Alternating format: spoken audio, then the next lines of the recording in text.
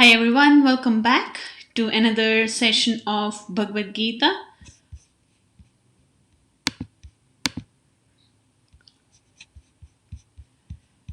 We are doing today Bhagavad Gita chapter 1, text number 24 to 27, which would be page 46 to 48 in hardbound Bhagavad Gita as it is, if you're following along.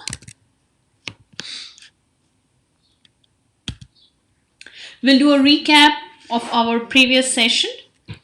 In the previous session, we saw text number 21 and 22 of chapter 1, where Arjuna is ordering Krishna that please take my chariot in between the two armies. We saw introduction to Krishna. This is the place in Bhagavad Gita where Krishna is being introduced for the very first time, and how he's being introduced is as a chariot driver of Arjuna.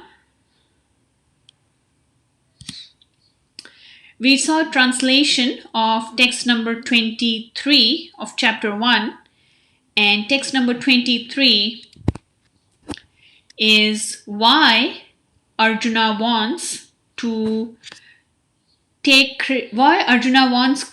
to take his chariot between the two armies, because he wants to estimate the strength of the opposite party before the war begins.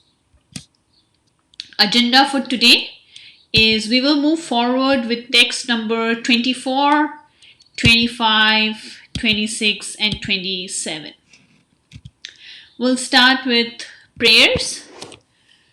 Om Jnanatimirandasya Jnananjana Shalakaya Chakshurunmilitam Yena Tasmai Shri Guruve Namaha. I offer my respectful obeisances unto my spiritual master, who, with the torchlight of knowledge, has opened my eyes, which were blinded by the darkness of ignorance.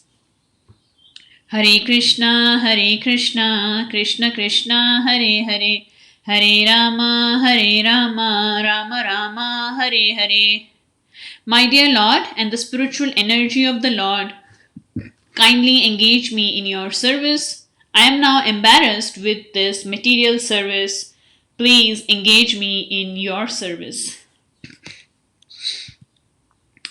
Text number 24 of chapter 1 says, Sanjaya said, O descendant of Bharata, having thus been addressed by Arjuna, Lord Krishna drew up the fine chariot in the midst of the armies of both parties. Krishna is very happy to receive orders from his pure devotee, and when Arjuna ordered Krishna that Krishna take my chariot in between the two armies, Krishna happily took Arjuna's chariot in between the two armies. The picture you see on the right side is Sanjaya speaking to Dhritarashtra.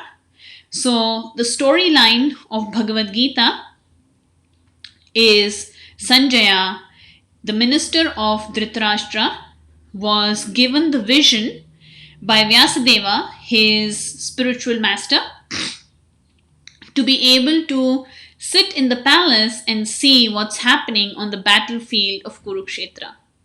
So Sanjaya is seeing what's happening, and then he's narrating to the blind king Dhritarashtra. That's the storyline, and Sanjaya is the one who is narrating this story starting from chapter 1 to chapter 18 of the Bhagavad Gita.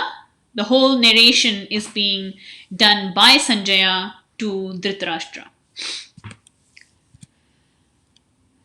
Moving on, text number 25 says, in the presence of Bhishma, Drona, and all the other chieftains of the world, the Lord said, just behold, Partha, as the Kurus, all the Kurus assembled here. So, what did Krishna do?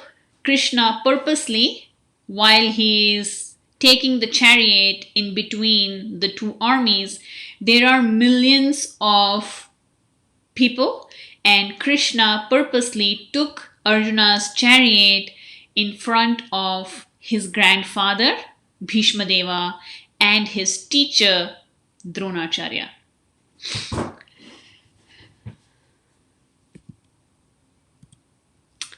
Text number 26. There Arjuna could see within the midst of the armies of both parties his fathers, grandfathers, teachers, maternal uncles, brothers, sons, grandsons, friends, and also his fathers-in-law and well-wishers. So, the scene is Arjuna is standing in between the two armies and he's seeing that his grandfather, his teacher, his maternal uncle, and everybody from his family is standing on the other side with him to fight. One can only imagine how Arjuna could be feeling. And if you see in this text number 25, going back, Krishna says to Arjuna, "Just behold Partha." And here, these words mean that Krishna is predicting the mind of Arjuna. Arjuna is about to back out from the war. And so Krishna is saying, "Just behold Partha." Meaning, he knows how Arjuna is feeling while he is standing there in the midst of two armies. And purpose of Krishna is to speak the Bhagavad Gita, and Krishna is using Arjuna as an instrument to deliver the Bhagavad Gita to this world. Text number 27.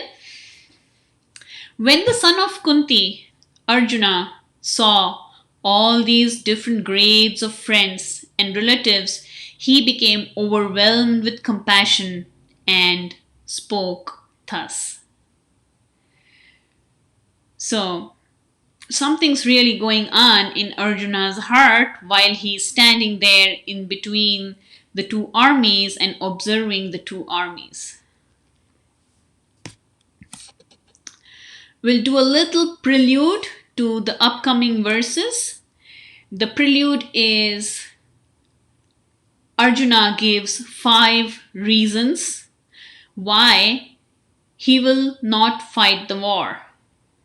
And a short prelude, we will see all this in detail in our next session. The reasons that Arjuna gives are compassion,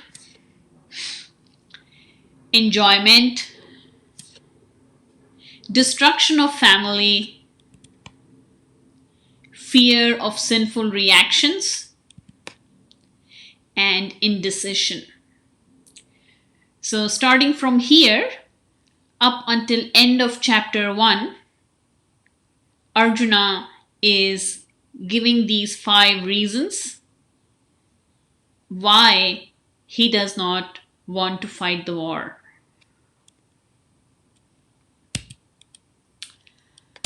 So, doing a quick summary, we saw text number 24. Krishna drives the chariot of Arjuna in between the two armies, having received the order from Arjuna. Text number 25, Krishna takes the chariot right in front of Bhishma Deva, Arjuna's grandfather, and his teacher Drona, and he says, "Just behold Partha." Text number 26, Arjuna sees all his fathers, maternal uncles, grandfathers ready to fight in front of him. And then we also saw a prelude that from here on, Arjuna will start giving his reasons why he does not want to fight this war. Please feel free to send in any question via text if you have. Thank you all for watching. We will meet again in our next session to discuss the 5 reasons in detail that Arjuna gives, and they are very valid reasons. Arjuna is saying, I don't want to fight, and from there on, starting from chapter 2 onwards, Krishna starts to explain how Arjuna's reasons are not valid and what is the actual reason why Arjuna should fight. So, we'll meet again in our next session. Till then, take care. Hare Krishna.